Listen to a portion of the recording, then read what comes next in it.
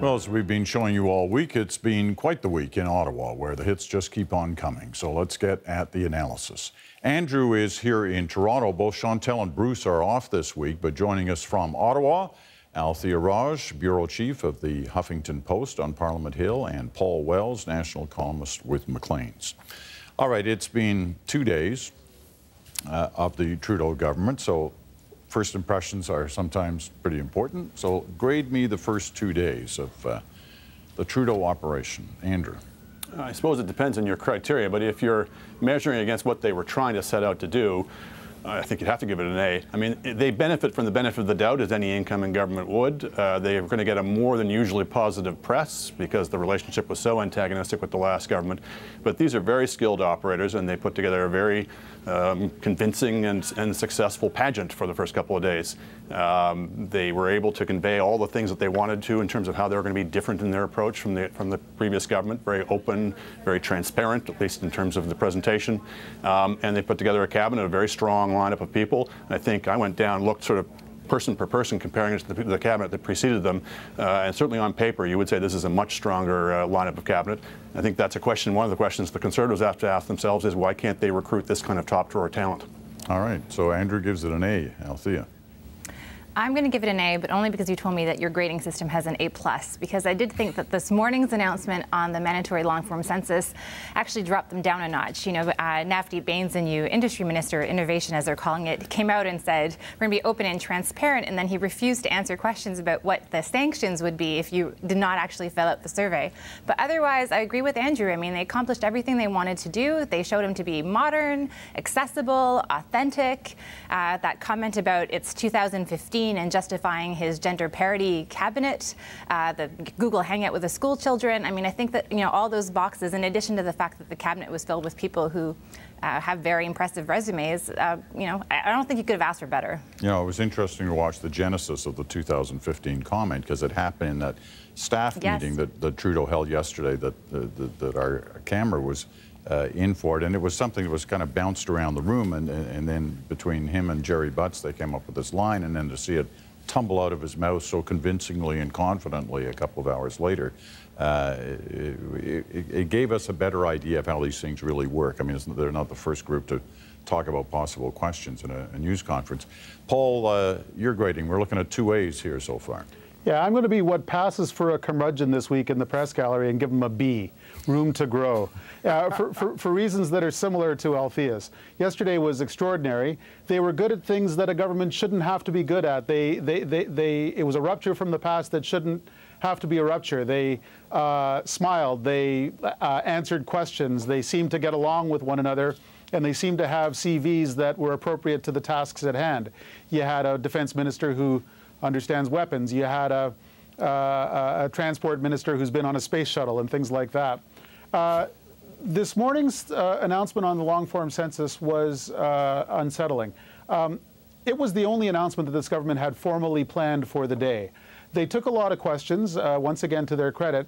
They seemed taken aback at the obvious questions. What are the penalties? What has the limited 2011 census done to the data set?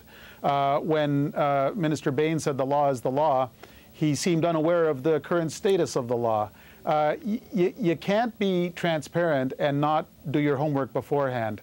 And so that's why I left them a little bit of room to get their act together a bit more. Do you get a pass in the way they're trying to get a pass, which, and this happens usually with most new governments, is that, you know, the ministers haven't been briefed. They don't know their portfolios. They've been in them for less than a day. They barely know who their deputy minister is.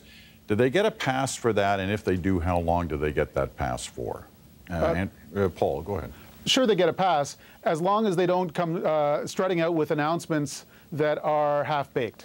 That's all. I'll pass on to Andrew. But yeah, you know, if you need briefings from your DM, then wait till the briefing before you make an announcement. Yeah, you can't have it both ways. You can't, if you want to show that you're hitting the ground running and you're ready to go, then you got to be ready to go. If you want to say, look, give us time, we're still acquiring our briefing books, that's fine as well. But I agree with Paul, this was an attempt to try and do it both ways.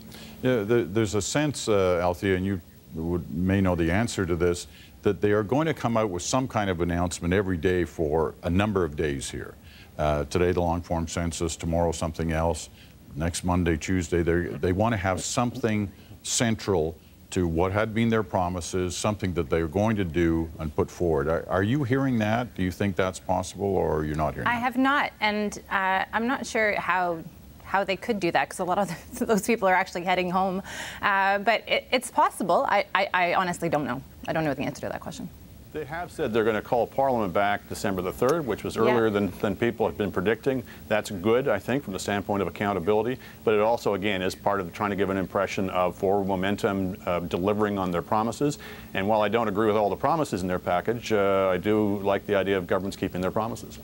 What about the Prime Minister himself? Your sense of what we've witnessed so far? I mean, you know, sunny days. He got that on all fronts these last 2 days. But you can only kind of waltz around Parliament Hill giving nice little sayings to reporters for so long before they're going to want something, you know, a little more substantive. However, in what we've seen, Paul, what are you taking away from it? I think he could stand as a model for some of his ministers in that what he has said so far does seem to have been prepared. His opening remarks at the cabinet announcement were strongly directional. They indicated a pretty rough order of what the priorities are, the order of importance from the wide array of issues they promised to address. You get a sense of what the plan is for the next little while. His improvised remarks in the news conference in the afternoon were plainly not improvised. He had thought them through. And as a matter of fact, on the news last night, we got a hint that he had thought them through. And he's pushed this notion of transparency, which could be a glib catchphrase. They really do seem to be wanting to push it past their comfort zone, which is to their credit. And that all of the time that he spent with you yesterday, I think, speaks to not wanting to just talk the talk of transparency, but wanting to walk the walk. Andrew, on that? It will be as transparent as is in their political interests. I think we have to remember these are extremely, I don't mean this in a bad way, but these are extremely calculating people. For example, I mean, on the less transparent side, we had the announcement of the cabinet, 31 members. Only when you poked through the orders in council today did you find that five of those cabinet ministers are actually ministers of state. Not a huge thing, but not exactly the way it was billed when they were announced the previous day. So we should not be starry-eyed about this. They understand that one of the weaknesses of the last government was a perception that it was secretive and devious, et cetera. They've got to be careful that they don't acquire some of the same traits. And Minister of State being, a junior minister compared with the others. Althea? I don't know that I agree with Andrew. I think that a lot of things they're doing, or they plan to do, are not actually in their own self-interest. The announcement, or soon-to-be announcement, that they're going to release the mandate letters, the letters that outline essentially what a minister's marching orders are, and the benchmarks by which Trudeau will judge his ministers and sort of the task list that they have. The fact that they would release that to us publicly is unheard of at the federal level, and that is something that we, the media, will be able to use to, hold them accountable 6 months later and say, you didn't do the job that the Prime Minister said you were going to do. I don't see how that's in their self-interest. And in some cases, the onus is also on us in the media and the public to sort of change the way that we view this relationship. If we want to support them in this sort of open and transparent call, just like Mr. Trudeau wrote to the ambassadors and the High Commissioner, is saying, we trust you to talk to the media, we also can't keep calling, fire on every little thing that perhaps doesn't go perfectly. Sure, but there's such a thing as enlightened self-interest. I agree with Althea, but I think what they figured out and what the Tories didn't was that all of the Tories' machinations wound up being to the negative, or for their own self-interest, and that the Liberals, by pursuing a much more quote-unquote idealistic approach, actually turned out to also be the vote-getting approach. The interesting question would be, would they have stuck with it if it had lost? I don't know. All right, let's move it here to the Conservatives. Trying to enjoy opposition here. They watched their former leader, Stephen Harper, depart today from that position, and wish whoever his successor may be luck. You see the interim leader in Rona Ambrose, and tonight a much-anticipated speech in Toronto at the bastion of conservatism, the Albany Club, by the former Prime Minister, Brian Mulroney. And that speech was looked upon by a lot of people as the possibility of Mulroney's definition of a post-Harper conservatism. You've all read the speech. Paul, are there hints there that Brian Mulroney is trying to move his party in a certain direction? Mostly it seems like a kind of a laying on of hands. This too shall pass, don't you worry. It hurts now, but it'll get better later. To the extent that there's a content to it, it is that the future of the Conservative Party should look like the past of the Progressive Conservative Party, as demonstrated by Brian Mulroney and by his hero, Sir John A. So he still blames the Reform Party for the collapse of the Mulroney coalition. He still takes the utter collapse of his party's popularity in the late 80s and early 90s as a sign of his virtue. If people aren't angry at you, then you're not doing anything, that sort of stuff. I bet the people in the room are having a good time listening to the speech, but I wouldn't take it as a blueprint, so to speak, for a future of Canadian conservatism. Andrew? Well, as always, there was a subtone of the defense of the Mulroney record, a little bit of settling of scores, as Paul said. But I did think there was an overarching message, which was cut out the small ball. Larger vision, go back to first principles, think about why you want to be a Conservative Party, what it is you want to achieve, address that vision to the big issues of the day. The line I was struck with was, political capital is acquired to be spent in great causes. I couldn't have said it better myself. Althea, I know that you were more focused on the Rona Ambrose decision today, that you saw that perhaps as more important in terms of the potential direction things may be going for this party. Well, I just think that Brian Mulroney, I mean, I don't want to call him a has-been, but he's no longer really the guy leading the Conservative Party. I think he speaks for a certain segment, and, to his credit in this speech, he actually talked about the fact that we don't need to revisit these battles and that the party should be united. But he talked about a larger vision. And to Andrew's point, I'm not sure that we saw a larger vision in the election of Rona Ambrose this afternoon.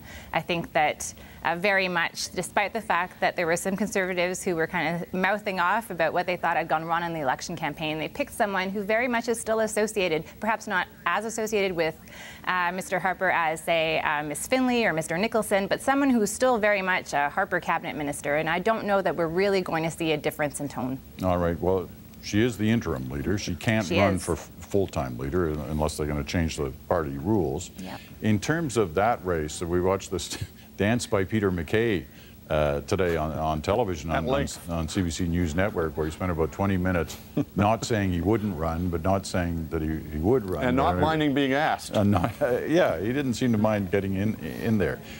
What should we think about that race in terms of the potential for the way it shapes up? Andrew? Well, the main thing is, I think the sense you get is they're going to quite properly take their time. I don't think it's in anybody's interest to do it in a rush. It's in nobody's interest to have a coronation. As I've said before, I think one of the things they have to take into account is any possible changes in the electoral system, that would change all of their strategy and the kind of leader that would be appropriate to that. But more than that, they have to take this opportunity to really, again, think through what it is they stand for a party and how they're going to stand for it. It's not enough to talk about changing the tone. That's been the word everyone's saying, changing the tone. But the tone goes with the kinds of things you're standing for. People tend to be more generous in tone when they're feeling confident about themselves, when they think they've got an important message to say. Then they don't need to indulge in the kind of petty partisanship. And a lot of that in the past government was for want of anything else to say. So yeah, they started attacking their opponents rather than talking about what they wanted to do with the country. All right, Paul, we've only got a minute left. What I'd like to ask you, as the author of one of, if not the definitive book on Stephen Harper, we watch him kind of sneak away into the night here today. He's in that meeting only for 20 minutes, and he's kind of out the door and gone, although he's still going to sit as an MP. Did Stephen Harper, for a guy who was Prime Minister for 10 years, get the kind of send-off that one might expect, or is he just in a silent period here now? I think he'll get it for many years to come in the high esteem in which he's held among a segment of Canadian Conservatives. The spectacle today, the athletic attempt to avoid a spectacle by coming in the back door and leaving after 3 minutes and all that stuff was sad. And I think it's a mix of a well-intentioned desire not to be the show when he understands that the Liberal government is the show and the future of the Conservative Party is the show, and the same old habits of secrecy and recrimination that helped get him in this fix. But I do think that he will wear well among Canadian Conservatives, if not among the people who spent a decade wanting to see the back of him sooner rather than later. All right, got to leave it at that. Paul, great to have you with us tonight, as with you, Althea, as well, both in Ottawa, and Andrew, of course, here in Toronto.